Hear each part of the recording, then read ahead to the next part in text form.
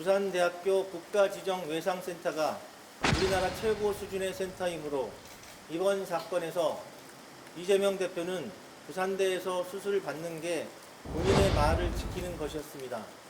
의료진에 대한 부당한 갑질과 특혜 요구이고 진료 방해 행위이고 국민들 생명을 앗아갈 수도 있는 공정하지 않은 일이기 때문에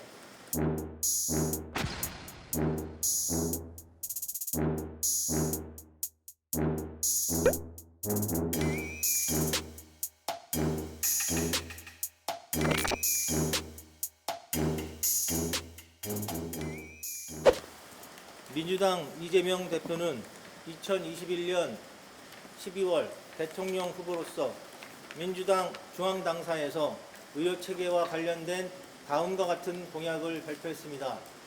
국민 누구나 차별 없이 제대로 된 의료 서비스를 받는 것이 공평한 나라를 만드는 기본이자 공정한 나라를 만드는 척도라고 믿습니다. 무턱대고 일단 대학병원부터 찾고 우왕좌왕 옮겨 다니다 보면 의료 비용도 증가되고 치료 시기도 놓치는 그런 불이익을 발생합니다. 지역 간 의료 격차를 적극적으로 해소하겠습니다. 내가 성남시장 시절에 성남의료원을 만들었습니다. 그런 의료체계가 중요합니다. 라고 말했습니다. 부산대학교 국가지정외상센터가 우리나라 최고 수준의 센터이므로 이번 사건에서 이재명 대표는 부산대에서 수술을 받는 게 본인의 말을 지키는 것이었습니다. 그런데 이 대표는 그러지 않았습니다.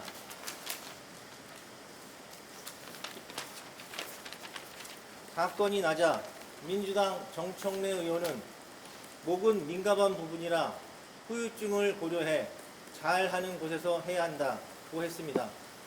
그리고 부산대 병원에서 충분히 수술 가능하다고 했는데도 의료진과 수많은 구급대원을 대동하고 국가재산인 헬기까지 동원해 서울대 병원으로 갔습니다. 이는 습관에 밴 특권의식에서 나온 정치인의 진료 패스트트랙이고 수술 새치기인 것입니다.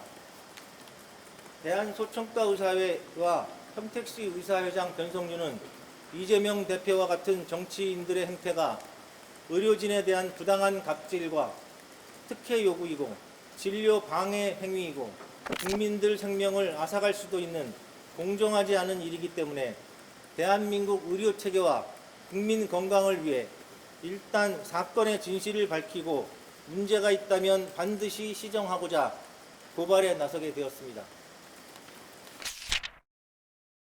그 헬기를 이재명 대표가 부당하게 사용함으로써 그 시간대에 부산 지역에 응급 환자가 발생했을 때 국민들에게 피해를 입힐 수 있는 사안이었습니다. 이 사건의 본질은 부산대 병원이 의료진 수나 병상 수나 전문의 수나 압도적으로 서울대병원보다 나은 상태입니다. 그런데도 불구하고 이재명 대표 측 그리고 정청래 의원 그리고 천준호 의원은 서울대병원으로 이송을 할 것을 요구를 했습니다.